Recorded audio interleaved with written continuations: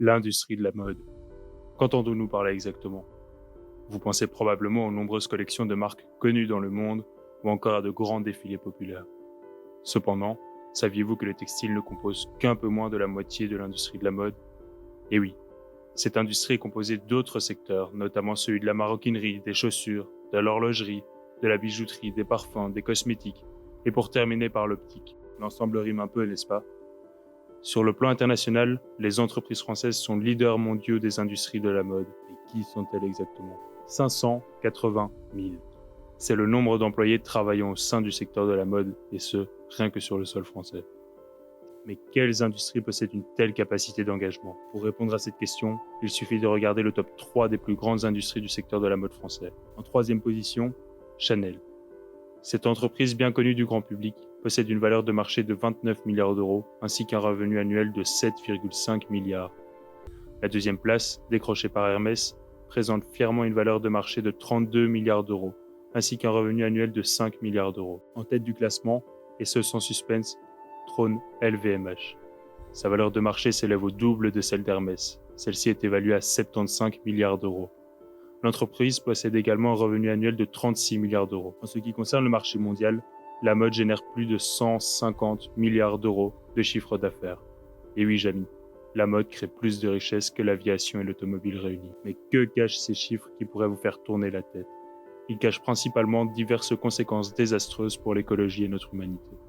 Premièrement, nos vêtements sont principalement constitués de coton, une des plantes les plus hydrovores de la planète. En effet, 10 000 litres d'eau sont nécessaires à la fabrication d'1 kilo de coton. Cela peut être comparé à la consommation moyenne en eau d'un Français durant 3 mois. L'Ouzbékistan, le premier pays ayant exploité le coton de manière intensive, en a subi les conséquences. En 40 ans, la mer d'Aral a perdu l'équivalent de la superficie de la Belgique en eau. Toute cette eau a été drainée dans le but d'irriguer les plantations de coton. Cela ne laisse présager que le sommet de l'iceberg, car une fois cette exploitation intensive passée, les bandes de coton sont chauffées dans des bains d'eau mélangés à divers produits chimiques. Elles sont ensuite passées dans des centrifugeuses et l'eau usée se voit déversée dans les rivières, ce qui rend l'eau non potable et empêche tout développement de vie. L'ensemble de cette production est rendu possible par l'exploitation d'ouvriers dont le salaire moyen varie de 2 à 3 euros par jour, dans des conditions de travail où toutes les normes de sécurité sont bafouées et où le contact avec les produits chimiques y est permanent. Prenons un exemple concret.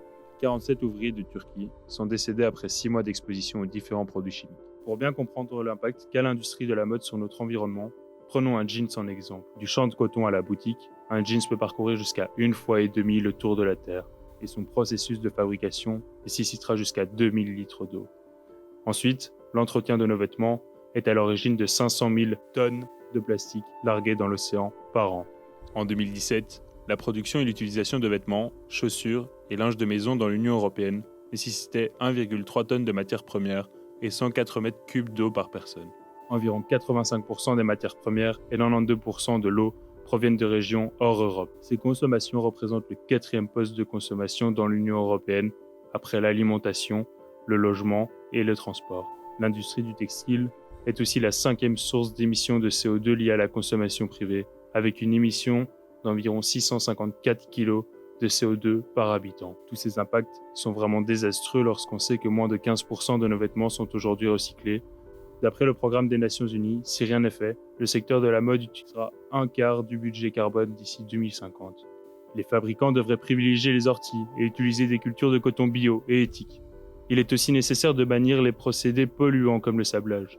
Attendre que les entreprises changent, c'est bien, mais changer nos propres habitudes ainsi que notre mode de consommation, c'est mieux. C'est ce pourquoi il existe une multitude de solutions pour faire changer les choses à notre échelle. Pensez d'abord à privilégier les matières premières et les articles produits en Europe. Boycottez les vêtements provenant de Chine. Pensez aussi aux textiles bio et éthiques. De nombreuses marques comme Patagonia, Veja, Hollow, même si malheureusement les prix pratiqués par les fabricants engagés sont souvent décourageants. Pour être un bon éco-responsable, il faut savoir dire stop au gaspillage. Limitez votre consommation en achetant uniquement des vêtements dont vous aurez réellement besoin, en évitant d'aller faire les soldes par exemple. Optez pour la seconde main. Allez dans les friperies, elles reviennent à la mode, alors profitez-en. Pour les événements occasionnels comme ceux de mariage ou d'entretien d'embauche, pensez à demander des vêtements à votre entourage ou encore d'en louer. Vous pouvez également réparer les vêtements qui vous tiennent à cœur au lieu de les jeter. Faites don des vêtements que vous ne portez plus aux petites filières de créateurs et aux dépôts de recyclage. C'est la raison pour laquelle nous vous demandons de changer vos habitudes, boycotter les multinationales qui rendent la vie de milliers de gens insoutenable. Ensemble, nous pouvons faire changer les choses.